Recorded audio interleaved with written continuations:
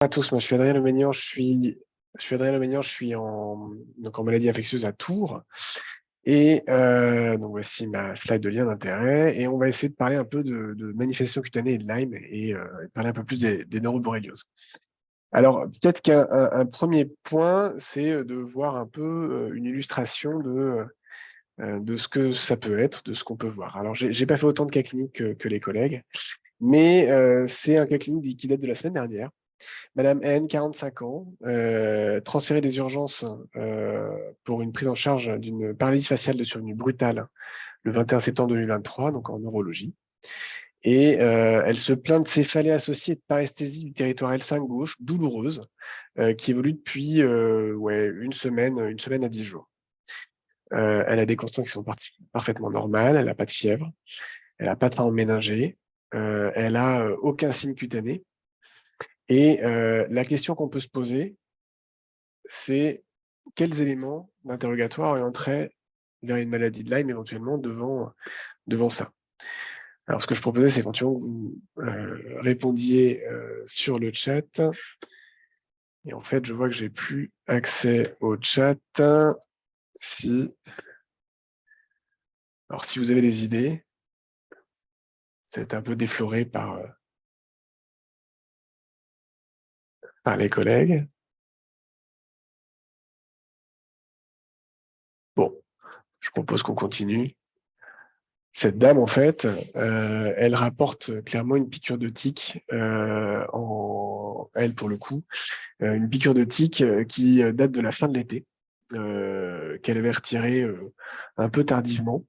Et elle n'avait absolument pas constaté de manifestation cutanée. C'est une dame qui vit en région centre, plutôt en milieu rural, et donc il y a cette exposition effectivement potentielle aux piqûres de tiques. Et donc vraiment l'association de la paralysie faciale périphérique et de l'exposition aux piqûres de tiques, c'est quelque chose qui doit y faire penser systématiquement à une neuroborréliose. Alors je suis désolé, ça passe pas très bien mes slides. Voilà. Alors, de quoi on parle quand on parle de neuroborréliose? Ce sont des manifestations neurologiques secondaires et de maladie de Lyme, qui sont donc liées à la présence de Borrelia burgdorferi. Et ça se rencontre soit dans les maladies de Lyme précoces, soit tardives, mais c'est toujours une maladie de Lyme disséminée par définition. L'atteinte peut être centrale comme périphérique, et il faut vraiment l'association d'une symptomatologie évocatrice, d'un facteur d'exposition évocateur et d'une confirmation biologique qu'on va chercher à avoir systématiquement. Les critères européens sont même plus stricts que ça, puisque il faut au moins, pour parler de neuroborréliose possible, 2 critères positifs parmi des symptômes compatibles avec une neuroborréliose, qui sont non expliqués par ailleurs, et soit une cellularité du LCR, donc une méningite, soit une synthèse intratécole confirmée d'anticorps antiborréliens. On va en reparler un petit peu plus tard, tout à l'heure. Alors, est-ce que c'est une maladie qui est récente? On parle beaucoup de l'émergence de la maladie de Lyme. C'est quelque chose qui existe depuis toujours. La première description de l'acrodermatite chronique atrophiante, avec sa composante neurologique, c'est de 1883 par Monsieur Buchwald. En 1909, il y a la première description de l'érythème migrant par Afzelius. En 1922, la première description de paralysie qui avait déjà été rapportée post-piqûre de tique, associée à un érythème migrant par Garin et Bujadou en France. Et Banvart, en 1941, qui est un Allemand, qui avait fait une association entre les méningorédiculites lymphocytaires, décrites par Garin et Bujadou, avec des atteintes articulaires. Dans les années 50, la pénicilline fait son apparition, se diffuse et est rapportée comme ayant une bonne efficacité sur ces affections, et ce qui suggère une origine plutôt bactérienne à ces troubles. Et donc ça, ensuite, vous le savez, la première description d'érythème migrant aux USA, c'est en 69, et surtout une grosse épidémie d'arthrite juvénile dans le Connecticut, dans le comté de Lyme, et qui sont associés dans 25% des cas à un érythème migrant. Donc, c'est un épidémiologiste, Dr Stier, qui a décrit ce qu'il a appelé la maladie de Lyme. Et peu après, Burgdorfer découvre un spirochète dans le tube digestif d'Ixodes scapularis, qui est la tique dure de l'Est américain, et donc qui fait la découverte vraiment de l'agent de la maladie de Lyme. Mais en fait, la neuroborréliose, c'est probablement quelque chose de beaucoup plus ancien, ça a toujours existé. Et deux papiers qui étaient rigolos, c'est l'Iceman tyrolien, c'est Ötzi, pardon. Ötzi, qui est cette momie qui avait été découverte dans les Alpes, qui a plus de 5000 ans avant notre ère, et qui a dans son analyse génétique, on avait retrouvé de l'ADN de Borrelia burgdorferi. Et à droite, une étude américaine qui montrait que la différenciation des Borrelia, quand on fait un arbre phylogénétique, on peut remonter sur une différenciation avec une pathogénicité humaine à environ 60 000 ans, en tout cas en Amérique du Nord. Alors, quelle est la physiopathologie des borrélioses et des neuroborrélioses en particulier? Donc, pour rappel, la bactérie est transmise par la tique lors du repas sanguin, elle est inoculée dans le derme profond, et la Borrelia utilise les propriétés immunomodulatrices de la salive de tique qui inhibe vraiment l'action des polymères neutrophiles qui ont une grande importance dans la réponse initiale contre la borréliose. Et la Borrelia est une bactérie particulière qui va changer de phase en fait dans sa vie, entre sa vie dans les glandes salivaires des tiques et chez les mammifères. Et donc, elle va synthétiser des lipoprotéines spécifiques de surface qui vont lui permettre son potentiel invasif. Elle se multiplie localement initialement, donc c'est la phase localisée, c'est les items migrants uniques classiques. Et puis, elle va réussir à se rapprocher des structures vasculaires et disséminées par voie sanguine et lymphatique. En ayant ces lipoprotéines de surface des mammifères lui permettent une adhésion à des macromolécules de l'hôte, et en particulier des composants du complément. Et c'est une bactérie qui est mobile, la Borrelia, et qui donc va pouvoir échapper à la phagocytose par cela. Et donc, elle a des capacités d'évasion immunitaire en fixant le complément, mais aussi avec une grande variabilité antigénique qui fait que la réponse anticorps est imparfaite. Et donc, finalement, quand elle diffuse, la symptomatologie est surtout liée à l'inflammation, et il y a très, très peu de bactéries viables. Et c'est surtout la réponse inflammatoire qui va être responsable des symptômes. Et donc, pour la neuroborréliose, qu'est-ce qui va faire qu'une borréliose va donner des manifestations neurologiques plus que articulaires ou cutanées? Il y a une grande part liée aux pathogènes, avec donc différentes espèces, et donc on en a parlé tout à l'heure, Borrelia garini et Borrelia afzeli, qui sont plus fréquentes en Eurasie, et qui sont les deux principales Borrelia impliquées dans les formes neurologiques. Faut savoir qu'au sein de chaque espèce, il y a aussi des plasmides différents qui vont être portés par les différentes Borrelia et qui peuvent probablement leur conférer une affinité pour le système nerveux central ou périphérique. Et pour l'autre, il y a des variations phénotypiques, notamment au niveau de l'expression des TLR, qui sont notre première réponse à un pathogène. Une réponse lymphocytaire B qui peut être variable et insuffisante, et provoquer du coup une réponse insuffisante et une diffusion prioritaire. Et il semblerait aussi que le site de la piqûre va déterminer l'atteinte, et que bien souvent les atteintes neurologiques sont localisées plus près du site de la piqûre. On n'explique pas forcément parfaitement comment ça se passe. Alors, quelle épidémiologie? Oui, il est tout à fait vrai qu'on a plus de maladies de Lyme aujourd'hui. Alors, il y a plusieurs explications, probablement une meilleure reconnaissance, une meilleure sensibilisation. C'est une maladie qui est finalement de connaissance assez récente, et elle est plus facilement recherchée aujourd'hui. Mais il y a également des facteurs environnementaux, avec plus d'activités en extérieur, moins d'entretien des forêts avec des friches plus fréquentes, une plus grande concentration de gros gibiers qui vont favoriser la multiplication des tiques. Et donc, on a effectivement l'impression qu'il y a plus de maladies de Lyme, avec une saisonnalité très importante, principalement fin d'été, début d'automne. Et on voit qu'il y a une incidence qui est très, très variable selon les régions. Dans le Grand Ouest, on est plutôt épargnés par rapport à l'est de la France notamment.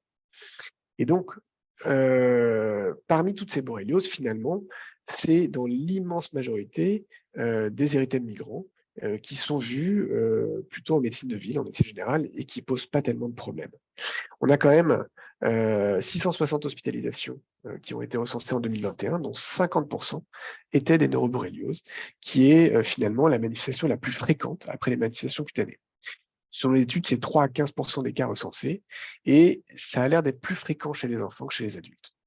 Dans l'immense majorité des cas, les neuroborrélioses sont précoces, donc c'est-à-dire surviennent avant 6 mois, dans 90 à 95% des cas.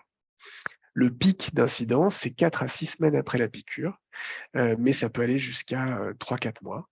Et dans l'immense majorité des cas, on va le voir, c'est l'atteinte radiculaire qui prédomine avec des douleurs nocturnes, des parésies, on va en reparler. Les céphalées sont présentes dans 40% des cas. Et il faut quand même mettre en avant la paralysie faciale dont on a parlé tout à l'heure, qui est la première cause de paralysie faciale chez l'enfant, c'est le Lyme. Et la paralysie faciale représentant plus de 50% des neuroborrélioses de l'enfant. On a également des manifestations tardives qui surviennent au-delà de 6 mois, qui sont beaucoup, beaucoup plus rares. Encore une fois, comme pour les manifestations cutanées atypiques, la notion rapportée d'érythème migrant est finalement relativement rare, puisque dans les différentes séries de la littérature, ce n'est rapporté que dans 25 à 50% des cas. Idem pour la piqûre de tique, qui n'est finalement que rarement rapportée. Alors, quelles sont les formes cliniques? On va avoir les formes précoces d'un côté. Je vous ai mis en rouge les formes qui représentent plus de 80%, plus de 85% des formes rencontrées, les méningo-radiculites en particulier, et les paralysies faciales et autres atteintes des nerfs crâniens. Mais on peut aussi avoir des méningites isolées, des myélites, des encéphalites, exceptionnellement des vascularites. Et de l'autre côté, les formes tardives, l'encéphalomyélite chronique, l'encéphalite chronique et les neuropathies sensitives. J'ai mis ici le syndrome post-maladie de Lyme. C'est tout à fait discutable sur son caractère neurologique et la physiopathologie est vraiment pas du tout bien déterminée. Alors, si on reprend les atteintes une par une, la présentation la plus classique, c'est la méningo-radiculite, qui est la manifestation de loin la plus fréquente des neuroborrélioses. Clairement, ce qui prédomine, c'est la douleur radiculaire sur le territoire atteint, qui peut être souvent qui est une polyradiculite et qui a comme particularité d'être douloureuse avec une recrudescence nocturne et qui va être variable en intensité dans le temps. Classiquement, le territoire de la douleur est identique au territoire de la piqûre ou de l'érythème migrant, mais tous les territoires sont possibles. Habituellement, c'est vraiment une radiculalgie, mais sans déficit sensitif.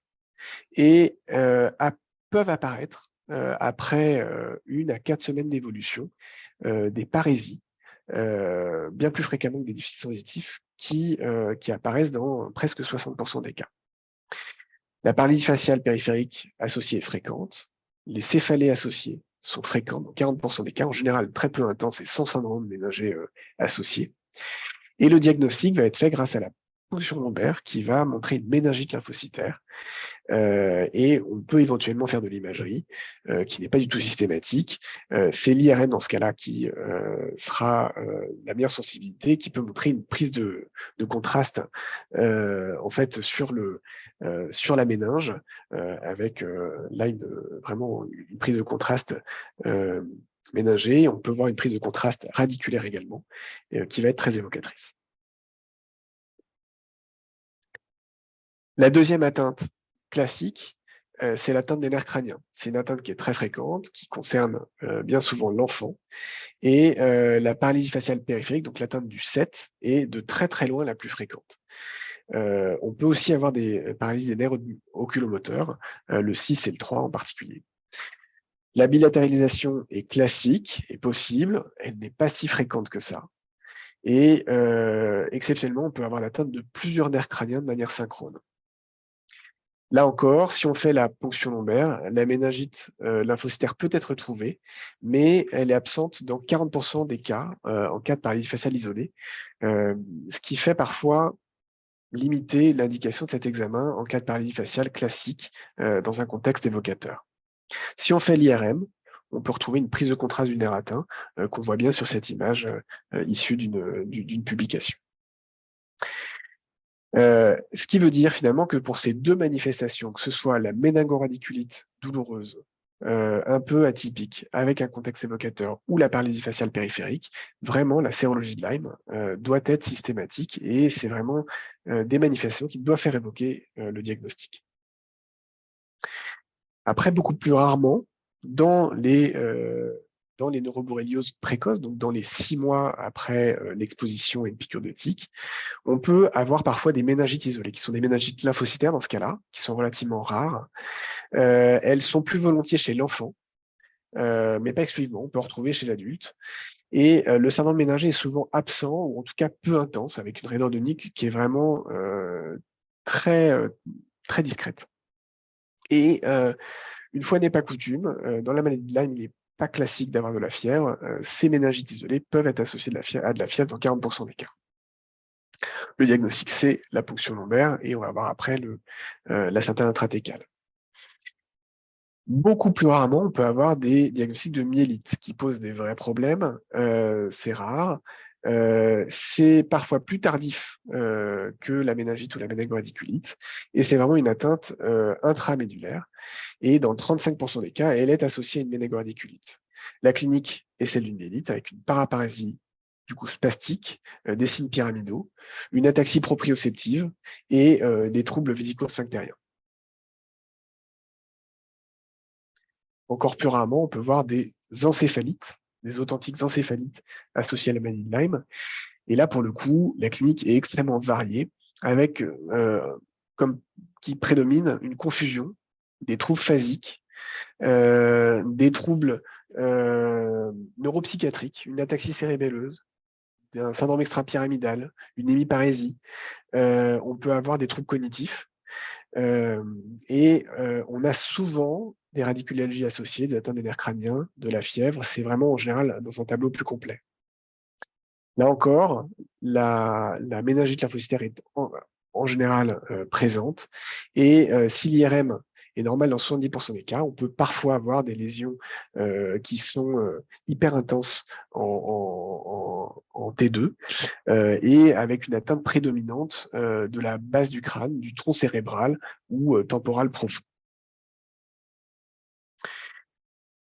De manière tout à fait anecdotique, on peut parler des vascularites qui sont absolument exceptionnelles et qui vont donner donc une authentique vascularite avec un, un diamètre en fait qui va être irrégulier des artères cérébrales et qui va être potentiellement responsable d'ischémie, qui donne donc une symptomatologie d'AVC avec une symptomatologie qui va être en lien avec les territoires ischémiques.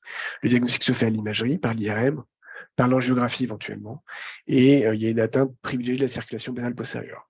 C'est absolument exceptionnel, c'est quelque chose qui se publie systématiquement, donc c'est quelque chose auquel il ne faut pas penser en premier lieu.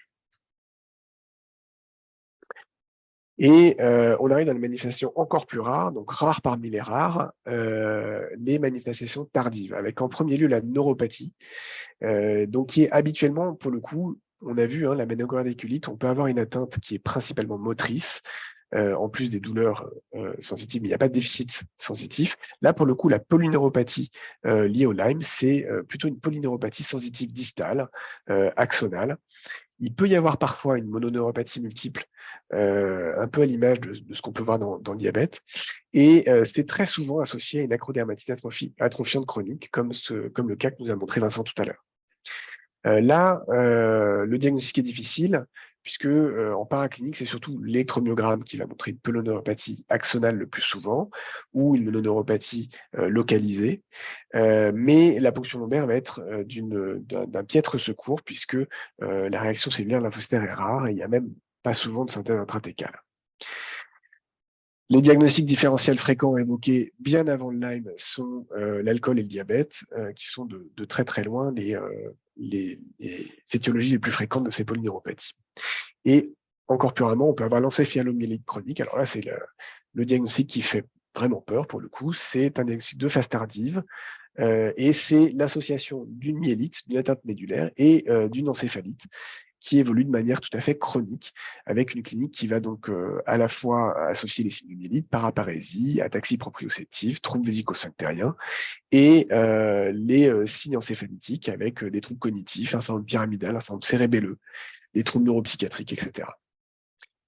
Habituellement, l'APL est positive avec une méningite lymphocytaire et une certaine intratécale dans tous les cas. Et l'IRM cérébral peut montrer jusqu'à 70% des cas des anomalies ainsi que l'IRM médulaire. Et après, il y a pas mal de choses pour lesquelles on est souvent sollicité et qui sont de la sphère neurologique et qui font parfois faire des sérologies. Faut-il y penser pour la fatigue chronique, pour des myalgies diffuses, pour des troubles de concentration? Clairement, quand ce sont des manifestations qui sont isolées sans anomalie de l'examen neurologique clairement établie, je pense qu'il faut vraiment pas évoquer le Lyme en première intention. Alors pourquoi? Parce que déjà, ces manifestations fonctionnelles, c'est au moins 2 à 5% des patients après une borréliose de Lyme confirmée, tous stades confondus. Et quand on regarde les grosses séries, notamment de patients qui sont adressés pour des piqûres de tiques, il n'y a pas de différence d'incidence post-piqûre de tiques entre les patients qui ont séroconverti et les patients qui n'ont pas séroconverti. Par ailleurs, il n'y a pas d'effet de l'antibiothérapie prolongée. Donc, le lien est au mieux discutable avec Borrelia. Il est possible que ça rentre dans le cadre du vaste groupe des syndromes post-infectieux, dont finalement on connaît assez peu la symptomatologie, mais le lien direct avec la borréliose est difficile à objectiver. Ce sont des signes fonctionnels, cliniquement, qui sont difficilement objectivables, et clairement, si on ne trouve pas d'anomalie d'examen neurologique et ou d'exposition compatible, je pense qu'il ne faut pas rechercher la borréliose. Alors, pourquoi je me permets d'en parler? C'est parce que vous avez probablement entendu parler de la liste d'Horowiz des symptômes et donc qui fait un score de symptômes qu'on peut parfois voir sur Internet. Et dedans, il y a pas mal de trucs à expression neurologique un peu vaste. Fatigue, épuisement, vessie irritable, dysfonction de la vessie, douleur musculaire, crampes, contraction spontanée dans le visage ou autres muscles, maux de tête, vision double ou floue, bourdonnement, aggravation du mal des transports, étourdissement, confusion, difficulté à se concentrer, difficulté à lire, oubli de mémoire à court terme, désorientation. Il y a aussi les pires gueules de bois possibles. Bref, finalement, dans cette liste, il y a seulement les picotements, engourdissements, sensations de brûlure, douleur lancinante qui peuvent éventuellement faire évoquer, ou la paralysie faciale. Le reste, c'est vraiment pas du tout validé et c'est absolument pas spécifique. Donc ces symptômes-là, cette liste de symptômes, il faut vraiment appeler les patients à se méfier puisque ça peut concerner à peu près toutes les maladies possibles et ça n'a absolument aucune spécificité. Alors, quelle exploration on va proposer? On va peut-être passer vite pour pas que pour pas vous retenir trop longtemps. Je pense que la première règle, c'est que la neuroborréliose, elle doit être recherchée en cas de suspicion clinique. Donc, c'est-à-dire les cas qu'on a présentés précédemment. La règle numéro 2, c'est que, sauf dans le cas de la paralysie faciale isolée avec une sérologie positive, la ponction lombaire est nécessaire au diagnostic. Donc, c'est des patients qu'il va falloir adresser la plupart du temps, puisque je pense que peu d'entre vous font des ponctions lombaires au cabinet. Le diagnostic direct est possible, peut-être. La culture, le problème, c'est qu'elle est fastidieuse, qu'elle est longue, on en a parlé. Elle a une très mauvaise sensibilité du fait du faible nombre de bactéries dont on parlait tout à l'heure, et c'est quasiment réservé au seul CNR. La biologie moléculaire, pour la peau, c'est intéressant. La PCR est extrêmement spécifique, elle a différentes cibles. Souvent, c'est des PCR maison. Ça peut être très intéressant, mais pour le coup, dans le sang ou dans le LCR, ça a une très, très mauvaise sensibilité et donc ce n'est pas recommandé. Donc finalement, on va surtout se baser sur le diagnostic indirect, avec la sérologie sanguine en 2 temps, dont on a parlé tout à l'heure, en rappelant bien que les anticorps apparaissent de manière tardive, pas avant 3 semaines pour les IgM et entre 4 et 8 semaines pour les IgG. persiste de manière prolongée et que on rappelle que la spécificité des IgM n'est pas très bonne et notamment quand on a des IgM isolés, il faut se méfier puisqu'il y a de très nombreuses réactions croisées possibles, que ce soit avec les autres spirochètes, que ce soit avec l'EBV. Et donc, on va faire systématiquement un test plus spécifique qui est le Western blot, si la sérologie est positive ou douteuse, et uniquement si la sérologie est positive ou douteuse. Le Western blot d'emblée n'a pas d'intérêt, notamment puisque le Western blot il permet de rechercher les différents anticorps produits en réponse à une infection à Borrelia. Mais c'est positif ou négatif. Il n'y a pas du tout la sensibilité de l'ELISA. Le deuxième point, pour faire un diagnostic de neuroborréliose, pour le coup, c'est la sérologie dans le LCS qui va être importante et la recherche de synthèse intrathecale des immunoglobulines. Alors, la sérologie dans le LCS est souvent plus précoce que dans le sang. Et on va rechercher donc la synthèse intrathecale, qui est un test spécifique, qui est en fait un calcul complexe d'un index d'anticorps anti-Borrelia sur le LCR versus sur le sang, comparé aux IgG total dans le LCS et dans le sang. Et donc, chaque labo a ses normes et ses seuils spécifiques. Et donc, il faut vraiment être en contact avec son biologiste pour pouvoir interpréter une synthèse intrathecale. Il faut bien rappeler que les caractéristiques de tous ces tests varient selon les fabricants, et donc ça, c'est le rôle du CNR de valider les différents tests, que ce soit les sérologies, que ce soit les Western blot, ou que ce soit les synthèses intrathecales. Et donc finalement, au neurohéliose précoce, quand on regarde la sensibilité de la sérologie dans le sang est moyenne, puisque en particulier quand c'est très précoce avant 6 semaines, les anticorps, la séroconversion n'a pas eu le temps de se faire.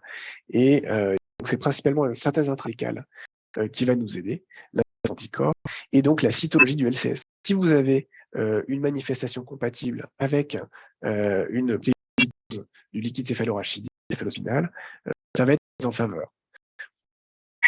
En termes de neuroborréliose semi-précoce, là, la sérologie a une nettement meilleure sensibilité qu'entre 6 semaines et 6 mois après la présentation, on est quasiment sur du 100%. Et là encore, la cytologie est importante puisqu'il y a, on l'a vu dans la plupart des cas, une méningite associée. La synthèse intrathecale va confirmer le diagnostic et c'est elle qui vraiment fait la preuve définitive du diagnostic. Pour une neuroborréliose tardive, au-delà de 6 mois, les encéphalomyélites chroniques, pour la neuropathie, on l'a vu, la sérologie est exceptionnellement négative. Et donc, c'est vraiment la sérologie qui sera intéressante. Et pour le coup, quand on parlait des neuropathies, la synthèse intrathecale n'a pas d'intérêt et est très intéressante. Toujours penser au diagnostic différentiel, syphilis, herpesvirus, VIH, on en parlait tout à l'heure, entérovirus, qui peuvent parfois donner, dans des cas rares, des manifestations à peu près similaires. Alors, qu'on a comme modalité complémentaire. Pour la méningoradicite, on l'a dit, l'IRM médulaire peut aider avec une prise de contraste radiculaire leptoméningée et peut permettre aussi d'évoquer d'autres diagnostics différentiels. Mais c'est la ponction lombaire qui va être utile. Pour la polyneuropathie, on l'a dit, c'est l'EMG. En général, c'est vraiment asymétrique, une polyneuropathie plutôt sensitive axonale, et donc il faudra éliminer les autres causes de polyneuropathie distale, en particulier alcool et diabète, on l'a dit. Pour les encéphalites, l'IRM est indispensable, elle est rarement positive, mais elle va permettre d'éliminer des diagnostics différentiels. Et là encore, c'est la ponction lombaire et la synthèse intrathecale qui seront tout à fait intéressantes.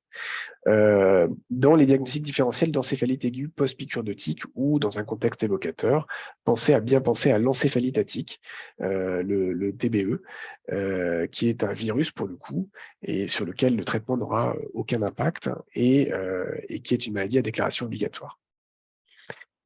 Je ne vais pas parler d'atteinte cérébrovasculaire parce que c'est absolument exceptionnel et l'encéphalopathie chronique, on en a parlé, c'est l'IRM qui permettra d'aider au diagnostic. Alors, vous avez probablement entendu parler des nouvelles options de diagnostic, le CXCL13, l'Elispot Borrelia, que certains patients ont dû vous ramener, les CD57 ou l'examen direct microscopique. Alors, si le CXL13 semble prometteur, il n'est absolument pas spécifique. En fait, c'est une cytokine qui est sécrétée par les cellules dendritiques qui vont activer les lymphocytes B, au niveau, du système nerveux central. Et donc, dans, le liquide céphalorachidien des neurobolioses précoces, c'est en général très élevé. Mais c'est très peu spécifique, c'est positif dans toutes les méningites, c'est mal standardisé et donc l'intérêt est encore discuté. C'est pas recommandé en tout cas. Ça a éventuellement une bonne valeur prédictive négative. Si c'est négatif, on peut éliminer, une neuroborréliose et ça peut éventuellement, ça diminue très nettement en cas d'efficacité du traitement. Mais comme on n'a pas tellement de soucis sur l'efficacité du traitement, sa place reste encore vraiment à définir. Pour les autres tests, que ce soit l'ELISpot, donc qui est un test de stimulation lymphocytaire, c'est le même principe que le quantiferon par exemple. Clairement, la sensibilité et la spécificité sont parfaitement insuffisantes. C'est à la fois peu sensible et peu spécifique. Donc on va avoir plein de faux positifs et plein de faux négatifs. Donc finalement, ça ne sert à rien, donc ce n'est pas recommandé. Les CD57, c'est pareil, non spécifique, non sensible, et on ne sait absolument pas comment les interpréter. Quant à l'examen diagnostique, quand l'examen direct microscopique, là pour le coup, c'est clairement à fuir, puisque dans une belle étude qui avait comparé des patients témoins à des patients positifs où ils avaient tous reçu un examen direct microscopique, il y avait plus d'examens directs positifs dans le groupe témoin que dans le groupe des cas confirmés. Alors maintenant, une fois qu'on a les manifestations, qu'on sait comment les diagnostiquer, comment on va les traiter? Je vais aller assez rapidement, parce que c'est pas vraiment le sujet du topo, mais globalement, pour les neuroborrélioses, vont se traiter à peu près toutes de la même façon, par doxycycline en première intention. La doxycycline à 200 mg par jour pour les neuroborrélioses précoces, pour des symptômes qui sont moins de 6 mois, pendant 14 jours. L'alternative, notamment chez l'enfant de moins de 8 ans, Solène en a parlé, c'est effectivement quelque chose qui est tout à fait discuté, c'est la ceftriaxone à raison de 2 grammes par jour, là encore pendant 14 jours. Pour les neuroborrélioses tardives, il est proposé un traitement plus prolongé de 21 jours et qui concernera la doxycycline, donc 200 mg par jour, pour les formes périphériques. Et en cas d'encéphalomyélite ou d'encéphalite, ce sera 200 mg 2 fois par jour, avec quelques données qui ont montré une bonne tolérance de schéma, avec, semble-t-il, une efficacité qui a l'air meilleure et des taux de doxycycline plus intéressants dans le liquide céphalospinal. L'alternative étant encore la ceftriaxone, à raison de 2 grammes par jour, là encore pendant 21 jours. On pourrait se poser la question de l'efficacité d'une corticothérapie. Pour le coup, alors si c'est absolument pas étudié pour les neuroborrélioses tardives, qui sont des événements beaucoup trop rares, mais pour les neuroborrélioses précoces, ça semble pas avoir un intérêt majeur et ça aurait même tendance à ralentir la vitesse de guérison. Donc là, je vous montre, c'était un papier pour confirmer donc l'équivalence entre la doxycycline et la ceftriaxone, avec donc un papier suédois, où on note que dans la méthodologie, ils avaient gardé des durées plus prolongées pour la doxycycline. Et en fait, la première évaluation qui se faisait à 2 semaines montrait qu'il n'y avait pas de différence entre les différents groupes en termes de séquelles rapportées et en termes d'efficacité du traitement. Et que les séquelles rapportées après un traitement complet de 3 à 4 semaines étaient exactement de la même amplitude que des études précédentes où il y avait seulement 14 jours de traitement. Un mot sur l'évolution qui peut être un critère diagnostique. Pour les neuroborrélioses précoces, l'évolution est classiquement spontanément favorable après plusieurs semaines, en l'absence même d'antibiothérapie. Cependant, l'évolution est très rapidement favorable, en quelques jours, sous traitement. Et pour moi, c'est vraiment un critère diagnostique rétrospectif majeur. Et même en cas d'encéphalite, j'ai le souvenir d'un patient qui était arrivé avec vraiment des troubles cognitifs évidents, qui avait un diagnostic d'encéphalite avec une IRM qui était normale. Et en l'espace de 72 heures, il était revenu complètement à la normale, alors que ça faisait déjà 2 mois qu'il avait des troubles cognitifs importants. Il reste cependant des symptômes fonctionnels résiduels, aspécifiques dont on a parlé, asthénie, céphalée, vraiment cette grande fatigue décrite, dans 40 à 50% des cas. Donc ça garde quand même un impact significatif sur la qualité de vie.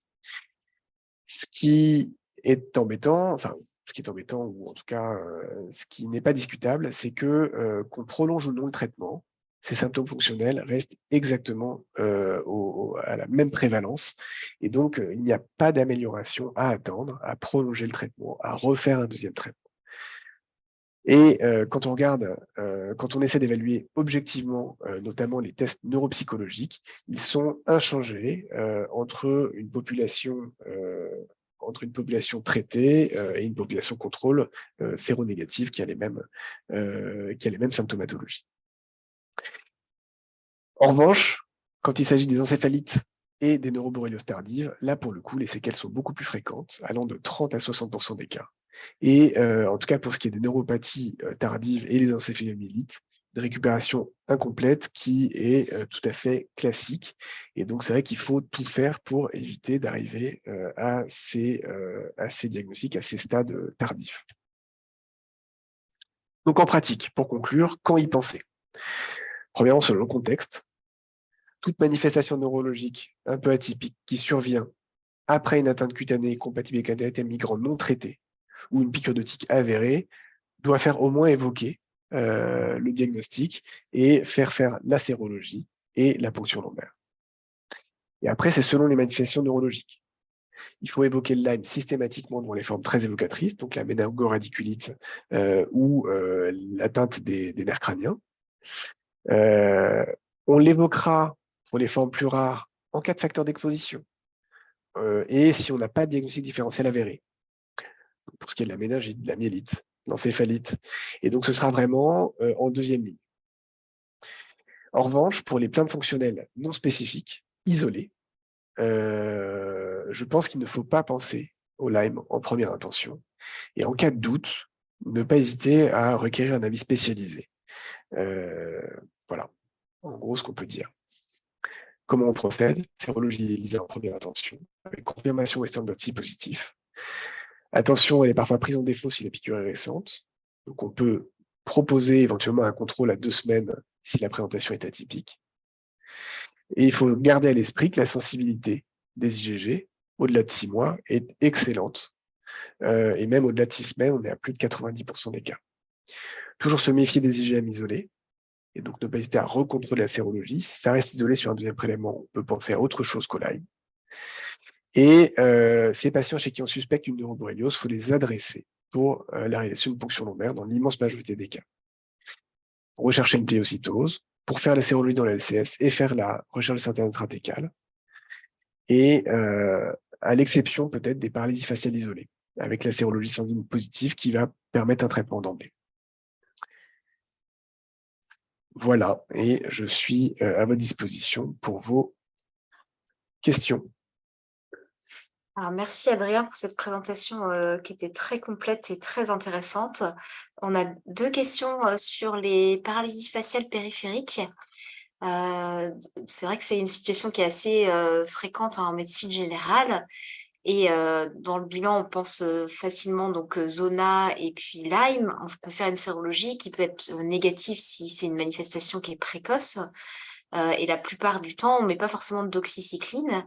Est-ce que tu penses qu'il faut systématiquement adresser ces patients pour faire une ponction lombaire? Est-ce que tu mettrais de la doxycycline? Est-ce que tu n'en mettrais pas? Quelle est ta pratique à faire? Est-ce que selon le contexte d'exposition, la saison? Alors, c'est le contexte d'exposition et la saison qui va me faire penser assez facilement, mettre un traitement d'épreuve assez facilement pour une paralysie faciale périphérique. Chez les enfants, on le cherche systématiquement et on va assez facilement mettre de la doxycycline ou de l'amoxicilline quand c'est des enfants qui sont plus jeunes. Je sais qu'en pédiatrie, chez nous, ils le font très rapidement. Avec une ponction lombaire, du coup? Non, sans ponction lombaire.